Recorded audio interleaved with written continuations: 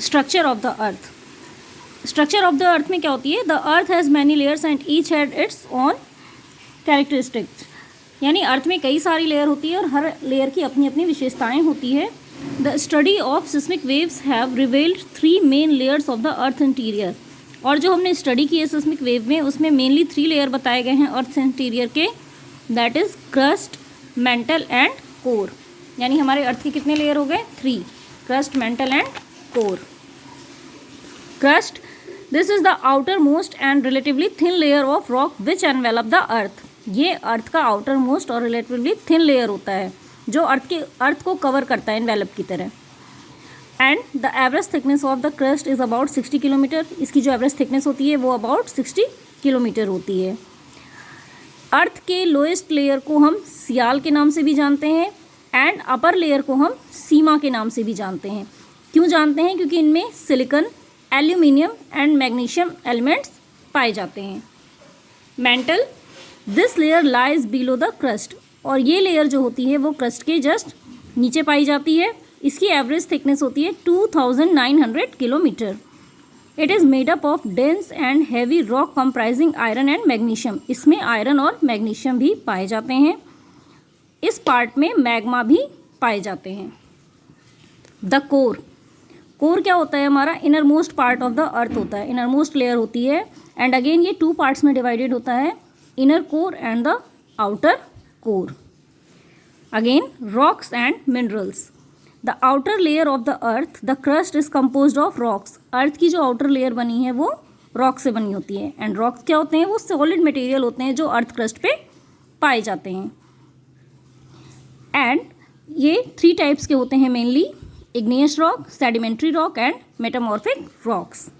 Igneous rocks, these are formed by the fiery molten material that is formed far below the surface of the earth. ये molten material से बने होते हैं। Igneous rock are formed by cooling and solidification of magma. जब magma ठंडा हो जाता है और सॉलिड हो जाता है तो वो igneous rock को फॉर्म करता है। Cooling can take place on the surface और below the surface on the earth.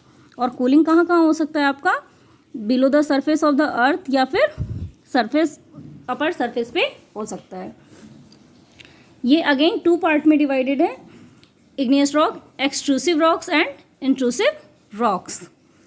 They are called volcanic rocks और extrusive rocks since they usually come to the surface during a volcanic eruption. क्योंकि ये volcanic eruption के कारण surface पे आता है, इसीलिए हम कौन सा रॉक कहते हैं इसे, एक्सट्रूसिव रॉक्स।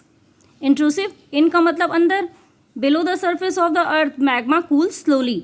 जब अर्थ की सरफेस के नीचे मैग्मा धीरे धीरे कूल होता है तो वो इंट्रूसिव रॉक को फॉर्म करता है। देन है आपका सेडिमेंट्री रॉक्स।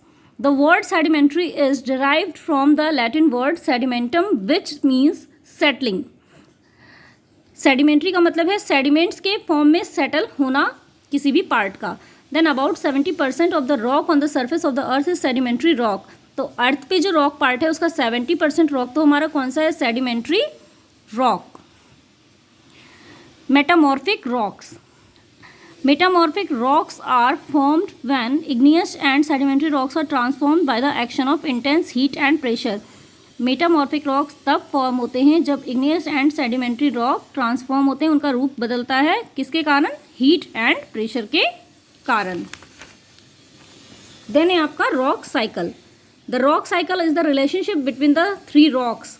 ये साइकिल की तरह इनका जो फॉर्मेशन है ये चलता रहता है। कौन से 3 रॉक हैं, sedimentary, metamorphic and igneous rock. और जब ये साइक्लिक फॉर्म में होते हैं that is known as rock cycle, क्योंकि इनका ट्रांसफॉर्मेशन होता रहता है। अगेन चैप्टर रीड कीजिए, वीडियो देखिए, and after that if you have any doubt you can call और message me on your given time. Have a nice day, thank you.